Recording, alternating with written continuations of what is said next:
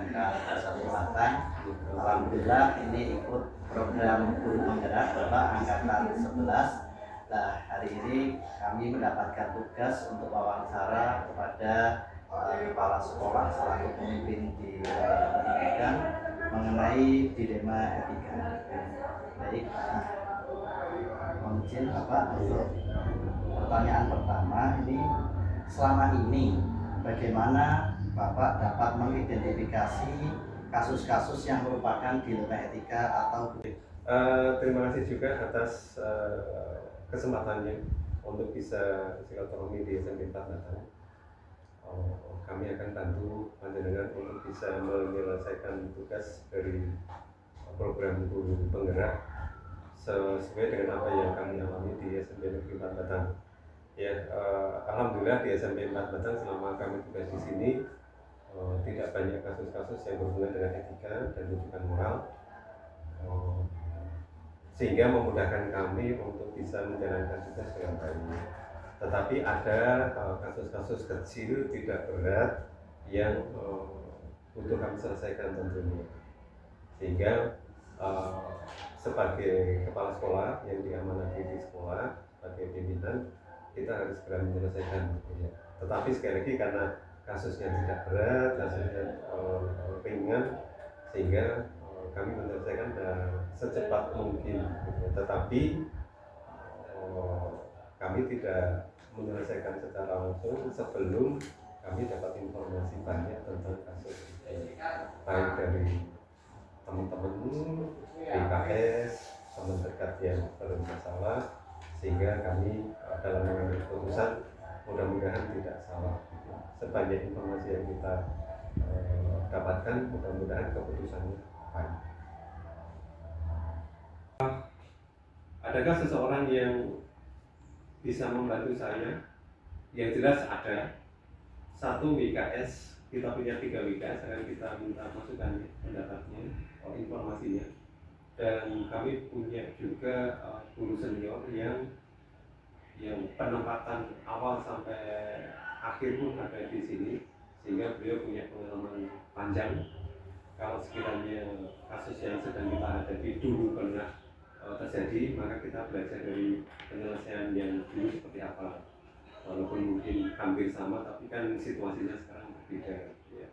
Sehingga jelas kami ada yang membantu. Selain BKS, ada guru senior yang pengalaman di SMP 4 cukup panjang, kita belajar dari beliau, ya. Selama ini bagaimana Pak Sri selaku kepala sekolah ini bisa menjalankan pengambilan keputusan di sekolah, terutama untuk kasus-kasus di mana ada dua kepentingan, Pak, yang sama-sama benar atau sama-sama mengandung nilai kebajikan? Di sekolah kami, perjalanan waktu tentunya ada hal yang harus diputuskan oleh kepala sekolah bersama teman-teman, tetapi kami akan selalu melibatkan teman-teman untuk memberikan masukan. Ya. Ternyata di dalam demokrasi itu ada beberapa alternatif yang muncul dari teman-teman, yang semuanya kita anggap baik, yang semuanya dalam rangka untuk meningkatkan tata kelola. Tetapi kan kalau itu harus satu keputusan, kami mencoba untuk win-win solution, mencari jalan yang terbaik, penyelesaian yang terbaik. Kalau tidak bisa A, tidak bisa B juga, coba kita ambil jalan tengah, jalan C-nya, gitu ya. Kalau itu pun tidak bisa menyelesaikan, ya akhirnya kita mau tidak mau harus voting. Yang suara terbanyak harapannya menjadi keputusan bersama. Yang suara tidak banyak yang kalah, kita berikan pemahaman sehingga tidak merasa bahwa dia kalah, gitu. Karena tujuan utamanya adalah untuk kebaikan SMP Negeri 4 Batang. Langkah-langkah atau prosedurnya seperti apa yang biasa Bapak lakukan selama ini dalam menyelesaikan masalah, terutama yang berhubungan dengan etika? Kata kuncinya bahwa kita mencari informasi sebanyak-banyaknya, baik dari pihak A, pihak 1, pihak 2, atau pihak ketiga yang menjadi teman-teman kita, harus kita dapatkan informasi. karena dengan sebanyak-banyaknya informasi maka keputusan yang akan kita ambil mudah-mudahan yang terbaik, tidak menyakiti, tidak menghakimi, sehingga itu menjadi keputusan yang harus kita selesaikan dan mudah-mudahan itu yang terbaik. Itu maksudnya. Hal-hal apa saja yang selama ini Bapak anggap efektif dalam pengambilan keputusan pada kasus-kasus di LMA? Untuk hal-hal apa yang efektif dalam kita mengambil keputusan, satu, informasi sebanyak-banyaknya dari yang bermasalah atau yang melaporkan, kemudian informasi dari pihak lain, boleh jadi informasi dari anak-anak pun pada waktu di kelas yang berhubungan dengan etika kita perlukan juga, gitu ya. Tetapi yang jelas hal-hal yang menurut kami efektif itu tetap memanusiakan mereka yang bermasalah, tetap menghargai mereka, dan kita tetap memberikan motivasi. Kalau itu sesuatu yang cukup berat, ya kita memang harus tegas, gitu. Sehingga kalau memang suatu pelanggaran, perbuatan yang salah melanggar aturan, kita harus tegas. Tetapi kita tidak boleh menghakimi teman-teman kita yang bermasalah, sehingga tetap memanusiakan mereka, tetap menghormati, menghargai. Mudah-mudahan keputusan tegas itu tidak membawa dampak yang lebih buruk lagi. Itu. Selanjutnya Bapak, hal-hal apa saja yang selama ini merupakan tantangan dalam pengambilan keputusan pada kasus-kasus dilema etika? Tantangan yang terberat saat ini sepertinya di luar kita, ya. Tantangannya tidak lain kalau ada di media sosial. Karena kalau masalah yang ada di sekolah sudah muncul di media sosial, tantangannya semakin berat karena dunia luar tahu, ya. Sehingga kami mencoba menyampaikan pada orang tua siswa agar kalau terjadi masalah di SMP Negeri Mantan, baik dari guru pada anak, dari anak pada anak, itu untuk bisa tidak diunggah di medsos dulu, untuk diklarifikasikan ke sekolah dulu. Ya, kalau sekiranya putra putri orang tua murid itu adalah dapat laporan dari putra putrinya berhubungan dengan guru A, guru B, itu mohon orang tua untuk klarifikasi, bisa lewat WA, bisa datang ke sekolah, sehingga tidak disebarkan dulu, diklarifikasi dulu untuk bisa kita selesaikan bersama dulu, sehingga permasalahan bisa selesai tanpa harus diketahui orang banyak. Sehingga tantangannya bagaimana kita bisa meredam untuk tidak muncul di medsos. Pangapunten Pak Sri, apakah Bapak memiliki jadwal tertentu dalam sebuah penyelesaian kasus dilema etika, dan apakah Bapak ini langsung menyelesaikan di tempat atau memiliki sebuah jadwal untuk menyelesaikannya, baik bentuk atau prosedur seperti apa yang Bapak jalankan? Baik, Mas Mardanu, ya, dulu pernah menjadi murid saya. Di dalam penyelesaian kita tidak bisa membuat jadwal khusus karena kasus itu kan muncul suatu saat, gitu ya. Kita klasifikasikan, ada kasus yang ringan, ada kasus yang sedang, ada kasus yang berat. Kalau yang ringan tentunya harus segera kita selesaikan, ya. Harus segera kita selesaikan karena agar bisa segera selesai, tidak berdampak yang lain. Kemudian tetap harus memanusiakan orang yang bermasalah, kemudian tetap menghargai, menghormati, ya. Kemudian kalau harus mengambil keputusan yang tegas, harus kita pegang itu, sehingga yang bersangkutan tetap tidak dijustifikasi, tidak dihakimi, gitu. Kemudian kalau yang permasalahan yang sedang dan berat, apalagi yang berat, kalau jadwal khusus tentunya enggak, tetapi harus kita konsultasi dengan atasan kita, dinas pendidikan, karena tidak mungkin bisa diselesaikan sendiri, sehingga kita butuh masukan dari pengawas, kita butuh konsultasi dengan pihak dinas pendidikan, baik bidang SMP atau bidang ketenagaan, bahkan boleh jadi sampai dengan kepala dinas atas masukannya, sehingga karena kalau sudah sampai berat, apalagi sudah tersebar sampai di luar sekolahan, kan itu harus hati-hati. Sehingga itu prosedurnya, kalau jadwalnya sekali lagi melihat klasifikasi dari permasalahan tersebut. Disampaikan Pak Sri, menurut Pak Sri niki pembelajaran apa yang dapat Bapak petik dari pengalaman pengambilan keputusan dilema etika? Dari hal-hal yang sudah kami sampaikan tadi, kita bisa belajar bahwa dinamika di suatu sekolah pasti ada. Terlebih kita selaku pendidik atau tenaga kependidikan, karena kita manusia, suatu saat akan pernah hilang, pernah salah, sehingga bagaimana sekolah bisa menyelesaikannya dengan baik, ya sekali lagi secepat mungkin untuk bisa diselesaikan. Kemudian bagaimana kita tidak menghakimi dengan teman-teman yang bermasalah, tetapi tetap memanusiakan, tetap menghargai, tetap menghormati dengan keputusan yang sudah diambil untuk dipegang secara penuh, sehingga bahwa sekolahan tetap menegakkan aturan, kemudian yang mendapat masalah juga tetap tidak dikucilkan begitu. Sehingga seperti itu mudah-mudahan pembelajaran bagi kita semuanya, dan selalu kita ingatkan dalam pertemuan Dewan Guru dan tenaga kependidikan untuk selalu saling mengingatkan. Itu yang bisa kami sampaikan. Mudah-mudahan bermanfaat.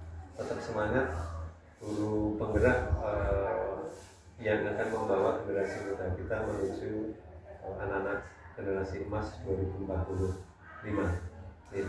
Ada kurang lebihnya kami juga mohon maaf. Cekap Pak Sri, itu yang bisa saya tanyakan untuk wawancara kepada pemimpin sekolah. Matur nuwun sangat Pak Sri, mohon maaf saya merepotkan mengganggu aktivitas waktu Pak Sri. Sekali lagi saya mengucapkan terima kasih. Matur nuwun, billahi taufiq wal hidayah. Assalamualaikum warahmatullahi wabarakatuh. Waalaikumsalam warahmatullahi wabarakatuh.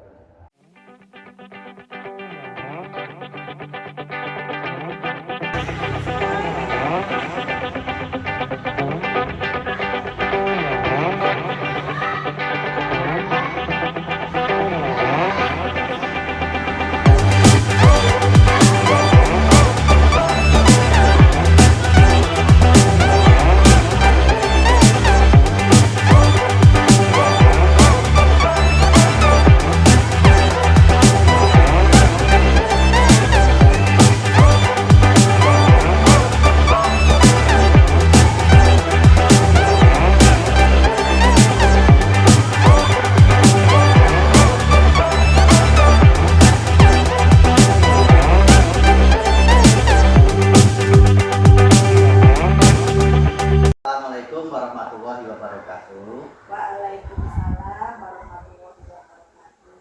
Alhamdulillah, terima kasih Ibu. Perkenalkan, nama saya Margaret Susilo dari SMK Negeri 1 Batang, CGP Angkatan 11 dari Kabupaten Batang. Pada hari ini saya mendapatkan tugas dari program pendidikan guru penggerak untuk wawancara kepada Ibu selaku Kepala SD Negeri Branayang 9, yaitu tentang dilema etika. Untuk pertanyaan pertama itu, selama ini bagaimana Ibu dapat mengidentifikasi kasus-kasus yang merupakan dilema etika atau bujukan moral? Mengenai identifikasi kasus-kasus yang merupakan dilema etika. Yang namanya dilema itu agak susah ya. Dilema itu maju salah, mundur salah gitu, maka jadi ada dilema.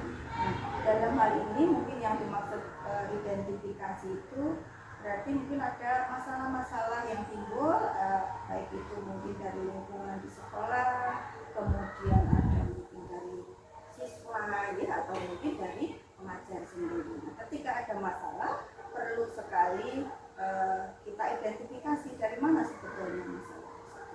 Mungkin Kedua, Ibu, selama ini bagaimana Ibu menjalankan pengambilan keputusan di sekolah, atau terutama ini Ibu kasus-kasus di mana ada dua kepentingan Ibu yang sama-sama benar atau sama-sama mengandung nilai kebajikan? hal-hal atau apa saja tantangan yang biasa timbul sih. Yang namanya keputusan itu maunya itu bisa memuaskan semuanya ya,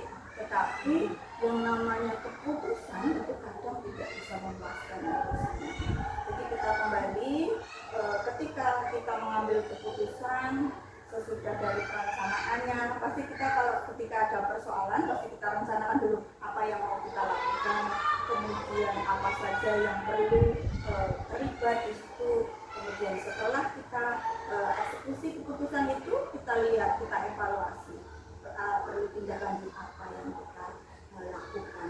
Langkah-langkah atau prosedur seperti apa yang biasa Ibu lakukan selama ini untuk mengatasi permasalahan? Untuk langkah-langkah yang biasa kami ambil sebelum mengambil keputusan, itu tentu saja kami harus benar-benar mencari informasi dari data yang ada di kedua belah pihak yang dalam hal ini yang mengandung dilema. Itu harus informasinya harus valid berdasarkan data, kita kumpulkan semuanya. Kemudian kita juga ada beberapa teman mungkin yang bisa kita mintai informasi, mintai pertimbangan, dan semuanya yang kira-kira berhubungan dengan permasalahan tersebut kita minta informasi, sehingga harapannya keputusan yang kita ambil itu benar-benar bisa bermanfaat. Ibu Pangunten, Pak Kemal, Ibu, apakah Ibu memiliki sebuah jadwal atau sebuah penyelesaian kasus tentang dilema etika, dan apakah kasus tersebut itu langsung bisa diselesaikan di tempat atau memiliki sebuah jadwal untuk menyelesaikannya?